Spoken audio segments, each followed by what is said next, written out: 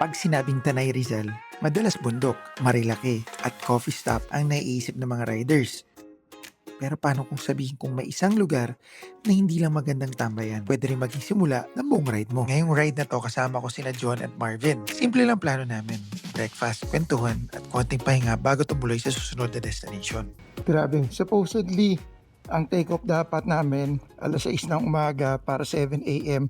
Nandun na kami sa meetup location. Ito ang motor na gagamitin natin ngayon. Itong Honda Giorno natin. Dapat, supposedly magbi-big bike tayo pero umuulan kasi din sa area. Kaya nag-decide na lang kami na mag-scooter na lang. Yun. Let's go! Medyo mainit. Grabe. Nasamahan niyo ako.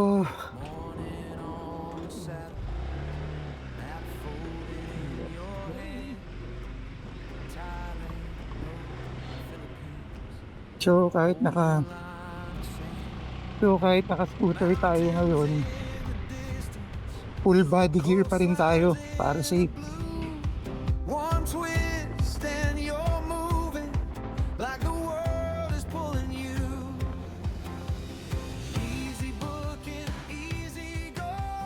Pick the bike and let it roll. Scooter adventure, big bike dreams. Every unlocks the soul. Ride with easy ride. Feel the freedom come alive. Every roll, every sunrise. Adventure starts with one ride. Easy ride. Let's ride. Ride today. Exploring more. Under click one tiny fight. Or see a photo in the sun. CLX 700. Dito na kami!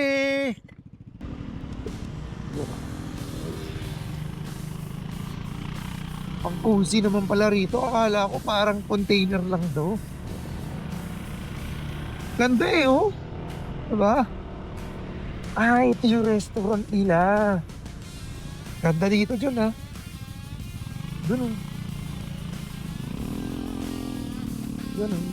Ano, parking doon tayo, doon. Dito.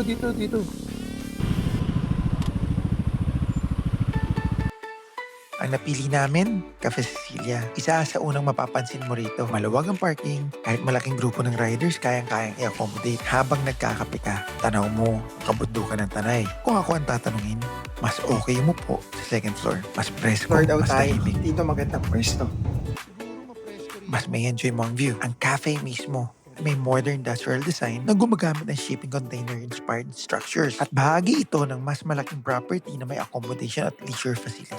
Para sa mga gustong mag-overnight o mag-relax pagkatapos ng ride. Hindi ito yung tipong restaurant na kailangan mong magmadali. O order ka muna sa baba. Tapos aantayin mo lang habang ine-enjoy yung paligid. Breakfast was satisfying. Reasonable ang presyo. At higit sa lahat, sakto siya para sa mga rider na gusto lang mainit ang pagkain bago tumuloy sa biyahe. Minsan, hindi naman kailangan na sobrang fancy na cafe. Ang importante, masarap ang pagkain, maganda ang view, at masarap ang usapan. Ito ang dahilan kung bakit gusto kong magbahagi ng mga ganitong klaseng lugar. Hindi lang para malaman nyo kung saan kakain, kundi para mas marami kayong dahilan na lumabas, maglakbay at gumawa ng sariling kwento. Kung naghanap ka ng relaxing breakfast stop sa Tanay bago o pagkatapos ng ride, bago gusto mong isamang Cafe Cecilia sa listahan mo. At kung gusto mong maranasan ang ganitong mga weekend loops nang hindi nag-iisip ng ruta, sumama ka sa mga detours at weekend loops ng Tonying Travels. Ito ay powered ng Easy Ride Car and Motorcycle Rental. One ride, one story, one unforgettable journey at a time.